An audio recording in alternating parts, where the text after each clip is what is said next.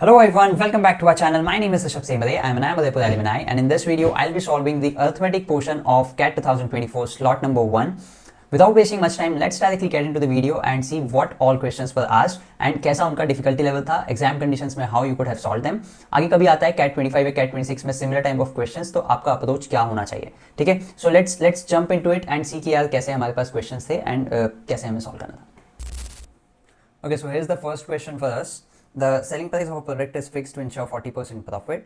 तो सिंपल सी चीज़ CP में बोलता हूँ फॉर एग्जाम्पल 10x है, SP कितना होगा इस हिसाब से 40% प्रॉफिट हो रहा है, मतलब कि मल्टीप्लाइंग फैक्टर कितना हुआ 1.4 and therefore SP is 14x. If the product had cost 40% less, अभी बोल रहे हैं प्रोडक्ट अगर 40% लेस कॉस्ट करता मतलब कि 6x होता है instead of 10x and had been sold for 5 rupees less, तो 14x नहीं होता सेलिंग प्राइस, 14x माइनस 5 होगा, ठीक है, 5 रुपये कम. Then the resulting profit would have been 50%. तो इस केस में कितना परसेंट प्रॉफिट हो रहा था 50%. So we are saying 6x into 1 plus 1 by 2 which is nothing but हमने प्रॉफिट ऐड किया है equals to 14x minus 5. ठीक है, इसको सॉल्व करोगे तो हमें मिलेगा 9x equals to 14x minus 5. 5x की वैल्यू आ गई 5x equals to 1. ठीक है, पूछा गया है the original selling price in rupees of the product is. Selling price क्या था उसका, सेलिंग प्राइस था 14x, x की वैल्यू रखो यहाँ पे 1 and you get your answer is 14. ठीक है, काफी simple question. I would say exam conditions में this is a round 1 question. ऐसा कुछ भी दिखता है आसपास just solve it, 3 number pocket में. Let's move on to our next question. Next question है a glass is filled with milk, 2/3 of its content is poured out and replaced with water. If this process of pouring out 2/3 the content and replacing with water is repeated 3 more times, then the final ratio of milk to water in the glass is. देखो this is a very common question, ठीक है, it's a very common question, बहुत बार ये repeat होता है and same तरीके से repeat होता है. इसमें एक चीज़ ध्यान रखने वाली ये है कि जो मिल्क है इनिशियली जो पूरा का पूरा ग्लास है वो मिल्क से भरा हुआ है, ठीक है, एंड मिल्क जो है वो सिर्फ बाहर जा रहा है, ठीक है, पानी जो है वो ऐड हो रहा है but milk is not getting added back. तो हमें हमेशा ना ध्यान रखना है कि यार जो भी चीज़ निकल नहीं रही है we will you know take care of that and उसको हम साथ में लेके जाएंगे सिर्फ, बाकी जो दूसरी वाली चीज़ है वी विल इग्नोर दैट. सो यहाँ पे क्या होता है, मैं बोल रहा हूँ कि यार मिल्क जो है इनिशियल लेट्स से कि वो आपका x था. सो फर्स्ट राउंड के बाद क्या हो जाएगा, ये जो x है ये कितना निकल जा रहा है 2/3 निकल जा रहा है. So we are saying 1 minus 2/3, this will be the multiplying factor. क्यों, इनिशियली मैं बोल रहा हूँ कि 100% मिल्क था, 2/3 निकल गया, तो 2/3 अगर निकला तो मेरे को 1 माइनस 2/3 का मल्टीप्लाइंग फैक्टर और 1/3 जो है मेरे को मल्टीप्लाइंग फैक्टर हो गया एंड दिस इज राउंड 1. ठीक है, first round of this process. अब वाटर ऐड हुआ है, मिल्क तो ऐड हुआ नहीं है, तो इसमें और कोई चेंज नहीं आएगा. ठीक है, now when round 2 of this process is done, कि यार अगेन 2/3 ऑफ द वॉल्यूम जितना भी टोटल होगा दैट इज टेकन आउट. तो अब वो 2/3 जब निकल रहा है तो क्या हो रहा होगा ना, 2/3 ऑफ मिल्क भी निकल रहा होगा, 2/3 ऑफ वाटर भी निकल रहा होगा. ठीक है, जो भी होगा, फॉर एग्जाम्पल 100 200 है, ठीक है, फर्स्ट राउंड के बाद, तो जब मैं 2/3 निकालूंगा तो इस मिल्क का भी 2/3 आएगा, इस वाटर का भी 2/3 आएगा. तो अगेन मेरा क्या फायदा हुआ यहाँ पे कि मेरा जो मल्टीप्लाइंग फैक्टर है, मुझे पता है कि यार नेक्स्ट राउंड में भी क्या हो रहा होगा, 2/3 ऑफ मिल्क जो है वो बाहर आ रहा होगा, तो बचेगा कितना 1 माइनस 2/3 विच इज अगेन 1/3. तो ये एक बार हो गया. ऐसा कितनी बार हुआ, 3 टाइम्स, तो ये एक हो गया. 1 माइनस 2/3 एक और बार हुआ एंड 1 माइनस 2/3 एक और बार हुआ. तो बेसिकली ये प्रोसेस जो है वो 4 बार रिपीट हुई. ठीक है, and which gives me x into 1/3 into 1/3 into 1/3 into 1/3 which is nothing but x into 1/81. and what is this value, this is the value of milk. ठीक है, this is the value of milk. तो जो x थी value, ठीक है, जो x volume था मेरे ग्लास का, 1/81 ऑफ दैट इज मिल्क. तो जो बचा हुआ है x minus 1/81x which is nothing but 80/81x, वो क्या हो गया होगा, वो फिल हो गया होगा वाटर से. ठीक है, so that part is water. Now what has been asked, यहाँ पे पूछा क्या गया है वो है मिल्क टू वाटर का रेशो. मिल्क आपको पता है कि 1/81x है, ठीक है, वाटर आपको पता है 80/81x है, तो इसका रेशो कितना हो गया 1:80 and option number D is your answer. ठीक है, ये जो इक्वेशन है, ये जो मल्टीप्लाइंग फैक्टर के साथ खेला है हमने, ठीक है, this is the most important thing. And अगर आपको कॉन्सेप्ट पता है, अगेन आई वुड से 45 सेकंड से ज़्यादा, 45 टू 60 सेकंड से ज़्यादा का ये क्वेश्चन है नहीं. एंड ऐसा कुछ एग्जाम कंडीशंस में दिखता है, I would say it's a easy question है ना कैट लेवल के हिसाब से, and it's a round 1 question, you should solve it as soon as you see it. ठीक है, let's move on to the next question.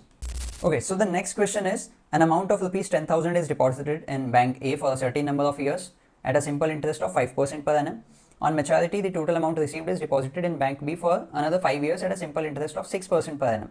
If the interest received from bank A and bank B are in the ratio 10:13, then the investment period in years in bank A is.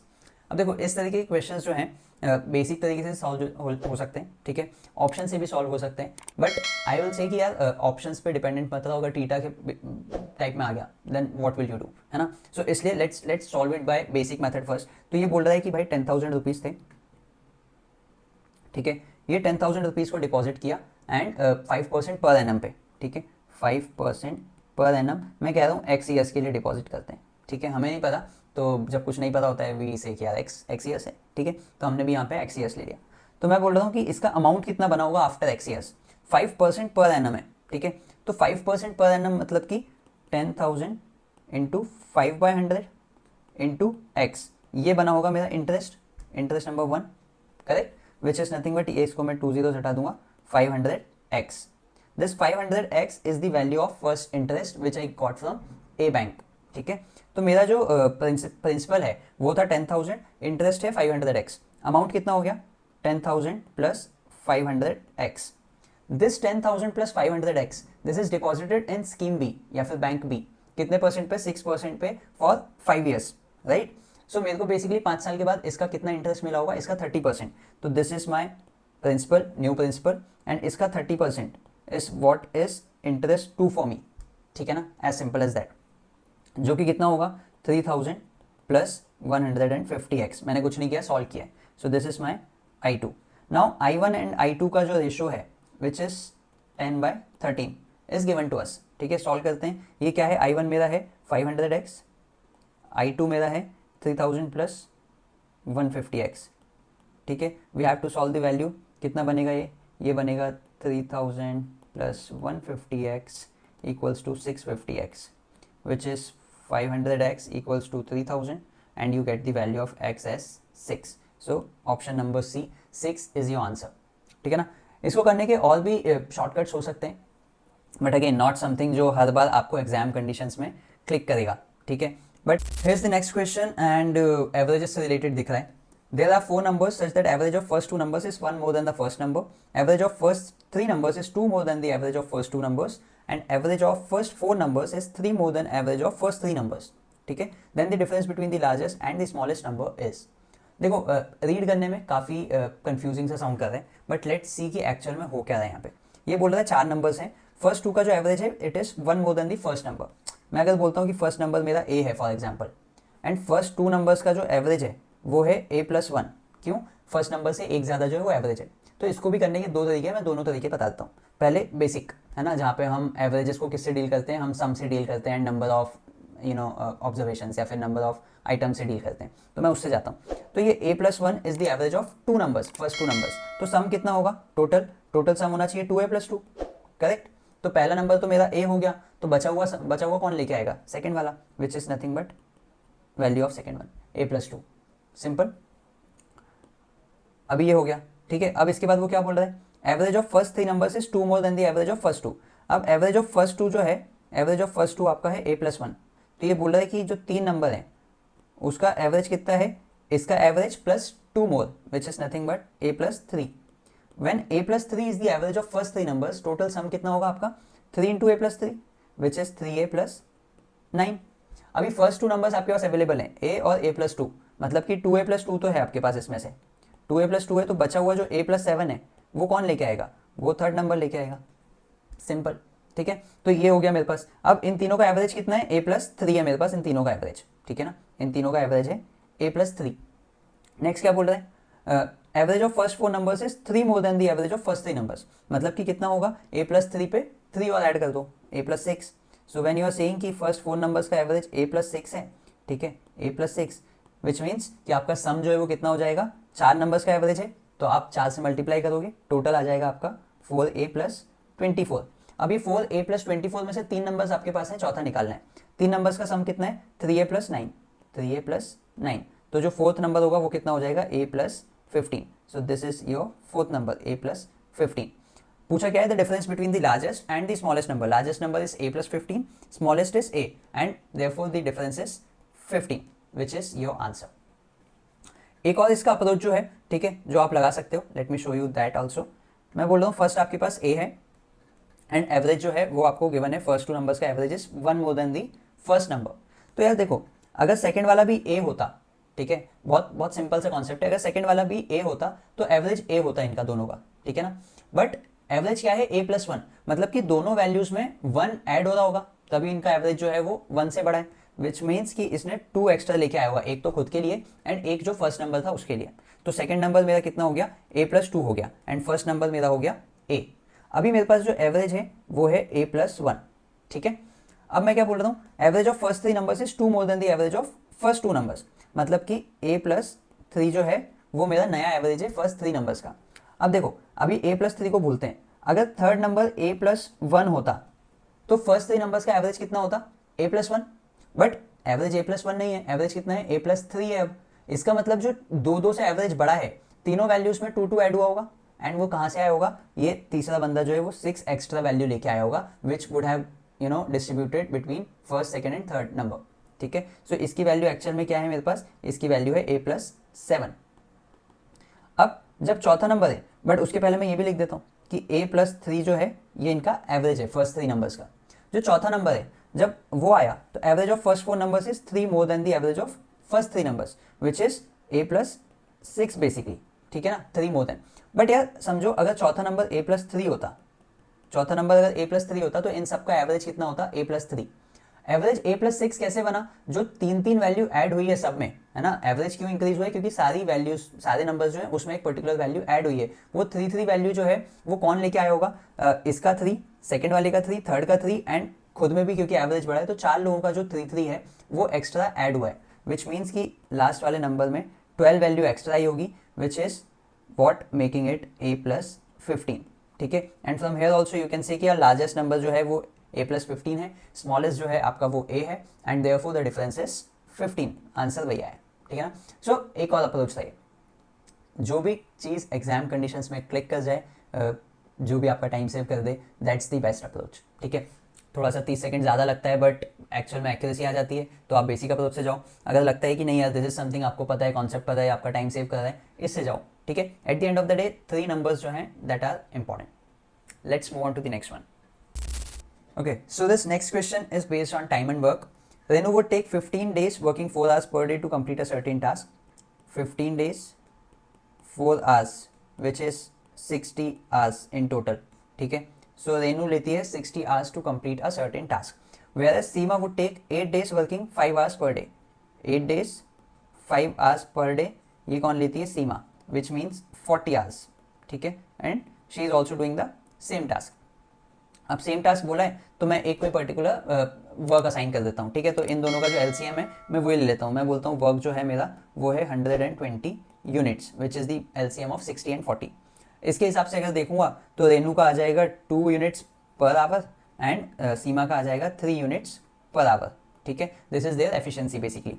They decide to work together to complete this task. Seema agrees to work for double the number of days, Seema agrees to work for double the number of hours per day as Renu, ठीक है। अब सीमा and Renu जो है वो साथ में काम कर रहे हैं, तो सीमा जो है agrees to work for double, तो सीमा बोल रही है I will work for 2x days if you are working for x days Renu से, ठीक है।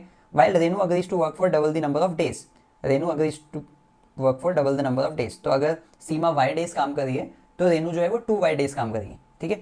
मैंने क्योंकि क्वेश्चन अभी तक रीड किया है उसमें कुछ नहीं आया, आगे रीड करता हूँ कुछ आया तो। If Renu works 2 hours per day, ठीक है, तो रेनू अगर 2 आवर्स पर डे है तो मुझे पता है कि सीमा 4 आवर्स पर डे है, यहाँ पे this is hours and these are days. अब मैं टोटल वर्क की बात करूँ, टोटल वर्क इसने किया है 4 बाय आवर्स के लिए, ठीक है। एंड हमारा जो रेनू ने काम किया है वो भी काम किया है 4 बाय आवर्स के लिए, ठीक है। हमें क्या निकालना है, number of days Seema will work, मतलब basically the value of y is what we have to find. अब ये देखो 4 बाय आवर्स इसने काम किया है, 4 बाय आवर्स दूसरे वाले ने काम किया है, मतलब कि टोटल 8 बाय आवर्स, है ना। या तो वैसे देख सकते हो बट इन लोगों की एफिशिएंसी अलग अलग थी तो मैं डायरेक्टली 8 बाय नहीं लिख सकता। तो 4 बाय आवर्स सीमा का जो है वो उसमें कितना यूनिट काम हुआ होगा, 4 bye into 3 which is 12 by units. And Renu की जो एफिशिएंसी थी वो थी 2 विच मीन्स 8 बाय यूनिट्स, ठीक है।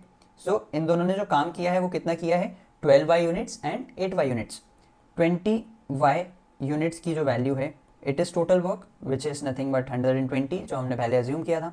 y की वैल्यू आ जाएगी 6 and this should be your answer क्योंकि आपको नथिंग बट y ही निकालना था. So your answer for this question will be 6. Simple सा इक्वेशन किया number of days into hours per day. ठीक है, ये उन्होंने टोटल वर्क किया होगा. दोनों का हमने टोटल वर्क देखा, हमने उनकी एफिशिएंसी देखी कि यार वर्क अगर टोटल इतना है, इतने आवर्स काम किया तो क्या एफिशिएंसी होगी. देन जो कंडीशन गिवन थी उसके अकॉर्डिंगली इक्वेशन बनाया, सॉल्व किया, y की वैल्यू निकाली, खत्म. Not more than 2 minutes. ठीक है, ठीक है. अगर तुम्हें लगता है राउंड 1 नहीं तो राउंड 2, बट ऑफकोर्स मतलब ऐसा क्वेश्चन है कि तुम्हें सॉल्व करना ही है एग्जाम कंडीशंस में. If you want to crack CAT with high percentile should not miss out on such questions. I hope you understood this question. Let's move on to the next one. Okay, so here's the next question. A fruit seller has a total of 187 fruits consisting of apples, mangoes and oranges. Number of apples and mangoes are in the ratio of 5:2. After she sells 75 apples, 26 mangoes and half the oranges, the ratio of number of unsold apples to number of unsold oranges become 3:2. Number of unsold fruits is. या देखो, सबसे पहली चीज़ ratios हम देख लेते हैं. Apple है हमारे पास, मैंगो है, ऑरेंजेस हैं. टोटल हमें पता है 187 थे, उसमें से कुछ जो है उसने सेल किए हैं, we will see that as well. तो एप्पल्स एंड मैंगोज का रेशियो जो है 5:2 है, तो we are saying 5x, we are saying 2x. ठीक है, ऑरेंजेस मैं कुछ भी रख सकता हूँ. ठीक है, 187 माइनस 7x भी रख सकता हूँ एंड कैसे भी आगे बढ़ सकता हूँ मैं. ठीक है, तो लेट्स से कि ये मैं 187 माइनस 7x रख सकता हूँ, बट क्योंकि मेरे को हाफ सेल करना है तो I will avoid such number. ठीक है ना, इंस्टेड ऑफ दिस मैं बोलता हूँ कि यार ठीक है ये 2y होगा, सो दैट मैं जब आधे सेल करूँ तो मेरे पास y बचाओ. ठीक है, एप्पल का क्या किया इसने, 75 एप्पल सेल किए तो -75 हो गया. ठीक है, मैंगोस उसने 26 सेल किए तो -26 हो गया. ऑरेंजेस उसने हाफ सेल किए तो उसने -y हो गया. तो अनसोल्ड वाले अपने पास कितने हैं, 5x minus 75, 2x minus 26 and y, these are unsold. ठीक है, एंड जो सेल हुए हैं वो कितने हैं, 101 plus y. So this is what she has sold. अभी इसने क्या बोला कि the ratio of number of unsold apples to number of unsold oranges which is 5x minus 75 upon 2x, no sorry y, this is equals to 3/2. so we will get a equation in terms of x and y. ठीक है ना, 2 variable के terms में मिल जाएगा. 10x minus 150 equals to 3y, और you are saying 10x minus 3y equals to 150. So this is the first equation that you got. या जब भी एक इक्वेशन बनती है ना, कोशिश करा करो ढूंढने की क्या कोई दूसरी इक्वेशन भी बन रही है कहीं पे जिसके हिसाब से फिर आप सॉल्व कर दो. यहाँ पे जैसे आपको दिख रहा होगा the total number of fruits, ठीक है, वो क्या है हमारे 7x plus 2y, 7x plus 2y equals to 187. This is the second equation that you have got. अब दोनों में आप जो है वो y सेम बना दो. तो इक्वेशन इसको अगर मैं 1 बोल दूँ और इसको अगर मैं 2 बोल दूँ तो इक्वेशन 1 को आप 2 से मल्टीप्लाई कर दो और इक्वेशन 2 को आप 3 से मल्टीप्लाई कर दो. ठीक है, सो इसको जब आप 3 से मल्टीप्लाई करोगे इक्वेशन 2 को तो ये बनेगा 21x plus 6y equals to 187 into 3 which is 540 plus 21 561. Equation 1 को मैं जब मल्टीप्लाई करता हूँ 2 से तो बनता है 20x minus 6y equals to 300. Now I will add both this equations. ये क्या बनता है मेरा 41x, y gets cancelled 6y है ना. 561 प्लस 300 इज 861. x की वैल्यू आ गई आपके पास 21, x की वैल्यू आ गई आपके पास 21. चाहिए क्या था, आपको चाहिए था y की वैल्यू. ठीक है ना, y की वैल्यू आएगी तो आपके पास अनसोल्ड फ्रूट्स जो है वो पता चल जाएंगे. ठीक है, तो हम कहीं पे भी x की वैल्यू रखते हैं. फॉर एग्जांपल मैंने इसी वाले में रख दिया इक्वेशन 1 में, तो 10x की वैल्यू हो गई 210 minus 3y equals to 150, 3y equals to 60 and y equals to 20. y जैसे ही 20 आया तो तुम्हें पता चल गया कि यार सेल कितने किए हैं 101 प्लस y विच इज 121. तो अनसोल्ड कितने होंगे 187 minus 121 which is 66 and this will be your answer. Simple सा क्वेश्चन. अगेन क्या हुआ, 2 equations 2 variables x and y, basic जो हमने 10th लेवल में किया है वो चीज़ सॉल्व करनी थी एंड 3 मार्क्स मिल जाते. ठीक है ना. So I hope you understood this question as well. ऐसे क्वेश्चन बिल्कुल मत छोड़ना. ठीक है, moving on to the next one. Okay, so here's the next question. In September, the incomes of Kamal, Amal and Vimal are in the ratio 8:6:5. They rent a house together and Kamal pays 15%, Amal pays 12% and Vimal pays 18% of their respective incomes to cover the total house rent in that month.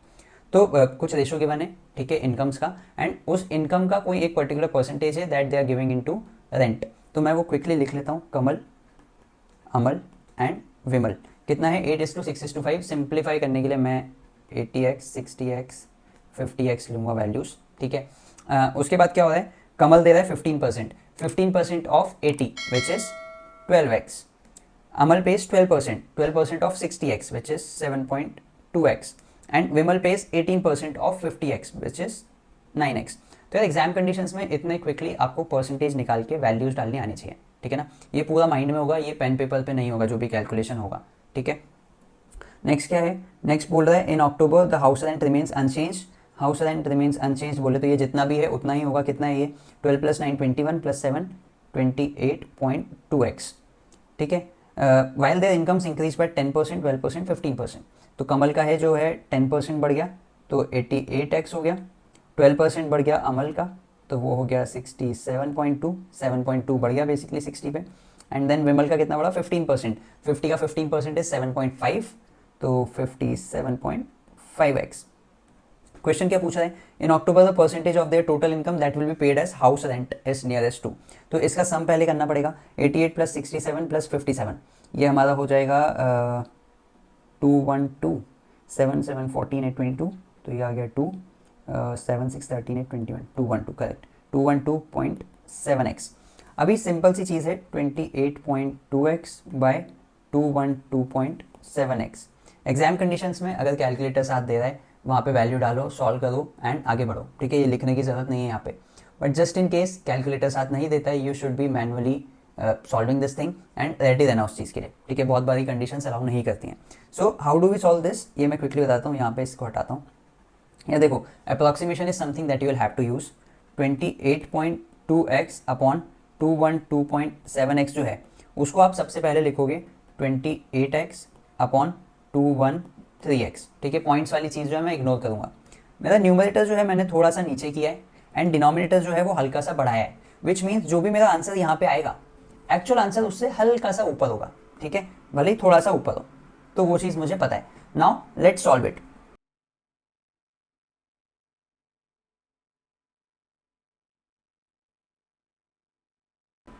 ठीक है, सो जब मैं 213 को 280 से divide करता हूँ, ठीक है, सॉरी 280 को 213 से डिवाइड करता हूँ तो ये मुझे मिलता है 1, ठीक है। यहाँ बचता है मेरा 67, 0 आ जाएगा। 213 3 टाइम्स जाएगा नेक्स्ट, तो मुझे कितना चला गया यहाँ पे 639 गया, 31 बच गया। नाउ कुछ नहीं है तो पॉइंट लग जाएगा।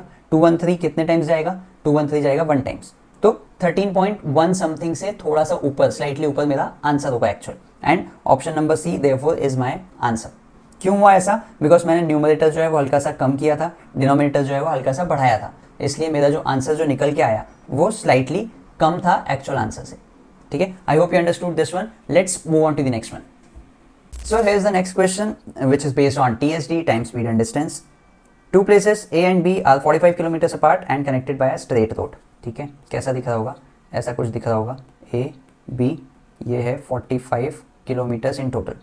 Anil goes from A to B while Sunil goes from B to A। Anil जो है वो A to B मूवमेंट कर रहे हैं, सुनील जो है वो B to A मूवमेंट कर रहे हैं, ठीक है। ये इनका डायरेक्शन है। Starting at the same time they cross each other in exactly 1 hour 30 minutes। जब 1 घंटा 30 मिनट हुआ है वो क्रॉस करते हैं। फॉर एग्जाम्पल मैं बोलता हूँ वो यहाँ कहीं पर क्रॉस करते हैं, तो अनिल ने क्या मूवमेंट किया होगा, यहाँ से लेके यहाँ तक का, सुनील ने किया होगा यहाँ से लेके यहाँ तक का, ठीक है ना। इन दोनों ने कितना टाइम लिया, 90 मिनट्स। तो मैं इनका यहाँ पे लिख देता हूँ 90, इसने भी यहाँ पे 90 मिनट्स लिया, ठीक है। इसके बाद क्या हुआ, if Anil reaches B exactly 1 hour 15 minutes after Sunil reaches A, the speed of Anil in kilometres per hour is. अब देखो सुनील जब यहाँ से A तक पहुंचेगा, मुझे नहीं पता कितना टाइम लिया, लेट से उसने कोई T टाइम लिया होगा। अनिल जो है वो इस टाइम के कितनी देर बाद पहुंच रहा है, 1 hour 15 minutes बाद, विच मीन्स कि इस डिस्टेंस को ट्रैवल करने के लिए फ्रॉम द मीटिंग पॉइंट से लेके B तक का उसको टाइम लग रहा है T + 75 minutes. Since we are writing everything in minutes के टर्म्स, तो मैं यहाँ पे T + 75 लिखूंगा। Now a very important thing to note here is, जो डिस्टेंस ट्रैवल किया है दोनों ने, they have travelled the same distance, ठीक है ना। अनिल ने पहले यहाँ से लेके यहाँ तक जो मीटिंग पॉइंट है वहाँ तक ट्रैवल किया था, एंड उसके बाद मीटिंग पॉइंट से लेके B तक का ट्रैवल किया कोई पर्टिकुलर टाइम में। On the other hand Sunil ने क्या किया, सुनील ने भी पहले जो है दूसरे पॉइंट से स्टार्ट किया था, बट मीटिंग पॉइंट तक ट्रैवल किया, देन मीटिंग पॉइंट से उसने अपना जो ए पॉइंट है वहां तक ट्रैवल किया। सो दोनों ने जो डिस्टेंस ट्रैवल किया है वो सेम ट्रैवल किया है। एंड यार टीएसडी में एक बहुत इंपॉर्टेंट चीज है, distance equals to speed into time. ये इक्वेशन पे पूरा टीएसडी जो है आपका वो चलता है। यहाँ पे क्या होगा, डिस्टेंस जो है वो कांस्टेंट है, डिस्टेंस जो है वो बेसिकली सेम है ना। So speed and time taken वाला जो रेशियो है वो इनवर्सली प्रोपोर्शनल होता है। कैसे, जैसे जैसे आप स्पीड बढ़ाते जाओगे आपको कम टाइम लगते जाएगा, ठीक है ना। तो एक चीज बढ़ेगी, दूसरी चीज अपने आप कम होती जाएगी for the same distance, and वही चीज कुछ यहाँ पे होगी। तो time taken by Anil and time taken by Sunil, ये जो चीज होंगी, ठीक है, अनिल एंड सुनील है ना, तो इनका जो time taken by Anil and Sunil का रेशियो है वो इनवर्सली प्रोपोर्शनल होगा इनकी स्पीड से।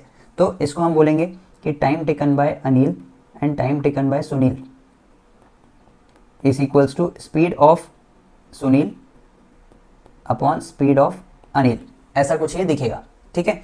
अब हमारे पास जो जो चीजें हैं वो मैं रख देता हूं। हमारे पास क्या है, speed of Sunil upon speed of Anil, time of Anil upon time of Sunil है। टाइम ऑफ अनिल में पहले निकाल लेता हूँ कि यार ये वाला जो है डिस्टेंस फॉर एग्जांपल इसने 90 में कवर किया है, ठीक है, एंड सुनील ने कितने में किया है, वो वाला टी में किया है। सिमिलरली जब मैं राइट हैंड साइड वाला डिस्टेंस देखता हूँ तो मैं बोलता हूँ कि यार टाइम ऑफ अनिल कितना है, टाइम ऑफ अनिल है t+75, टाइम ऑफ सुनील कितना है यहाँ पे 90। So this is the equation that I have got and then I have to solve this equation, ठीक है। ये कैसे सॉल्व होगा, ये है मेरे पास nothing but t² + 75t equals to 90 into 90, t² + 75t minus 90 into 90 equals to 0, ठीक है। एक क्वाड्रेटिक बन गई है आपको। अभी मैं जो काम की चीज़ नहीं है उसको यहाँ से हटा रहा हूँ, ये मैंने यहाँ से हटाया। इसको सॉल्व कैसे करना है, देखो दो चीज़ें यहाँ पे, सम कितना आना चाहिए 75, प्रोडक्ट कितना आना चाहिए -90 इंटू 90। सो प्रोडक्ट आपका नेगेटिव है, सम आपका पॉजिटिव है। प्रोडक्ट नेगेटिव है विच मीन्स कि एक नंबर आपका पॉजिटिव होगा, एक नंबर आपका नेगेटिव होगा, ठीक है। एंड क्योंकि सम आपका पॉजिटिव है 75 है, तो आप बोल रहे हो जो पॉजिटिव वाली वैल्यू होगी एब्सोल्यूट टर्म्स में वो बड़ी होगी देन द नेगेटिव वैल्यू, ठीक है। आपको ये निकालना कैसे होता है, आप देखोगे यार ये 90 into 90 which is nothing but 8100 होता है, ठीक है। या तो आप फैक्टराइजेशन से जा सकते हो, फैक्टराइज करके and you find the pairs की जिसका भाई सम 75 आ रहा हो, है ना। सम मतलब यहाँ पे सम लिखा है बट एक्चुअल में आपको डिफरेंस देखना है कि दो ऐसे नंबर्स ढूंढना है जिसका डिफरेंस जो है वो 75 आए एंड उनका जो प्रोडक्ट है वो 8100 आए, ठीक है। या फिर आप एक कोशिश यहाँ से कर सकते हो, इसमें थोड़ा बहुत प्लस माइनस करके, ठीक है। तो आपके पास 90 इंटू 90 है अभी, इसमें कुछ आप मल्टीप्लाई करो, इसमें कुछ आप मतलब डिवाइड करो, तो जो भी एक नंबर में मल्टीप्लाई करोगे वो दूसरे में डिवाइड करना पड़ेगा। तो अगर मैं बोलता हूँ कि यार इसमें इंटू 2 इसमें डिवाइड बाई 2 कर दूँ, ठीक है, क्योंकि फैक्टर्स जो हैं वो तो सेम है ना। तो या तो ये होता 180 इंटू 45, क्या ये पॉसिबल है, क्या इनका डिफरेंस मेरे पास 75 आ रहा है, नहीं आ रहा, ठीक है। मैं ऐसे ही ना 1.5 के साथ चेक करूंगा, मैं ऐसे 1.6 के साथ चेक करूंगा, जो भी नंबर्स के साथ मैं चेक कर सकता हूँ बेसिकली।